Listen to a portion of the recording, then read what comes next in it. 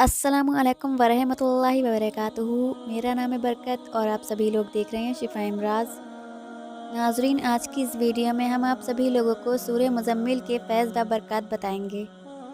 سورہ مزمل بڑی بابرکت صورت ہے کیونکہ اسے حضور صلی اللہ علیہ وآلہ وسلم سے خصوصی مناسبت ہے، اس لیے اس صورت کے فیض و برکات بے پناہ ہیں۔ یہ صورت خاص کر مصائب سے خلاصی پانے، مشکلات کے آسان ہونے، افلاس کے دور ہونے اور روزی کے فراخ ہونے، نیک اعمال کی طرف دل پھیرنے کے لیے بہت مفید ہے۔ حضور اکرم صلی اللہ علیہ وآلہ وسلم نے فرمایا کہ جو شخص اس صورت کو پڑھے گا، اللہ تعالیٰ اسے دنیا و آخرت میں خوش رکھے گا اور اس کے افلاس دور کر دے گا۔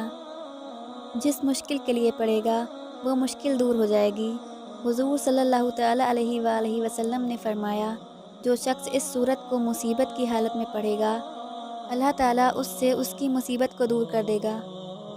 جو شخص اسے 1 سال تک بعد نماز فجر روزانہ 11 مرتبہ پڑھتا رہے گا، اس کے رزق میں اضافہ ہو جائے گا، وہ کبھی غریب اور محتاج نہ ہوگا۔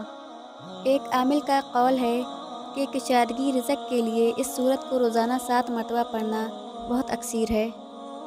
حضور صلی اللہ علیہ وآلہ وسلم کی زیارت کے لیے اس صورت کو روزانہ 1 مرتبہ تہجد کے وقت پڑھیں یا سوتے وقت پڑھیں تو انشاءاللہ اسے حضور صلی اللہ علیہ وآلہ وسلم کی زیارت ہوگی۔ جو شخص اعتکاف میں اس صورت کو تہجد کے وقت پڑھے تو اس کے لیے بھی ایمانی فیض و برکات کے لیے بہت بہتر ہے۔ یہ صورت عاملوں کی بڑی محبوب صورت ہے، بے شمار لوگ اس کا عمل کرتے ہیں اور اس کے فیض و برکات حاصل کرتے ہیں، کیونکہ یہ صورت ہر قسم کے غلبے کے لیے بہت تیزی سے کام کرتی ہے۔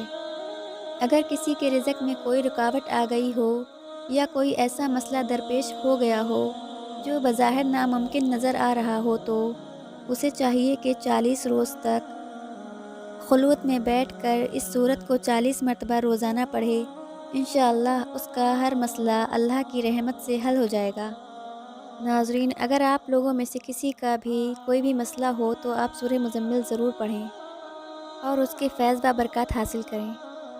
اگر آپ سبھی لوگوں کو یہ ویڈیو اچھی لگی ہو تو ویڈیو کو لائک اور شیئر کر دیں، اور اگر آپ ہمارے چینل پر نئے ہیں تو چینل کو ضرور سبسکرائب کر دیں، اور اگر آپ کسی بھی صورت کے فضائل جاننا چاہتے ہیں تو آپ ہمیں کمنٹ کر کے ضرور بتائیں۔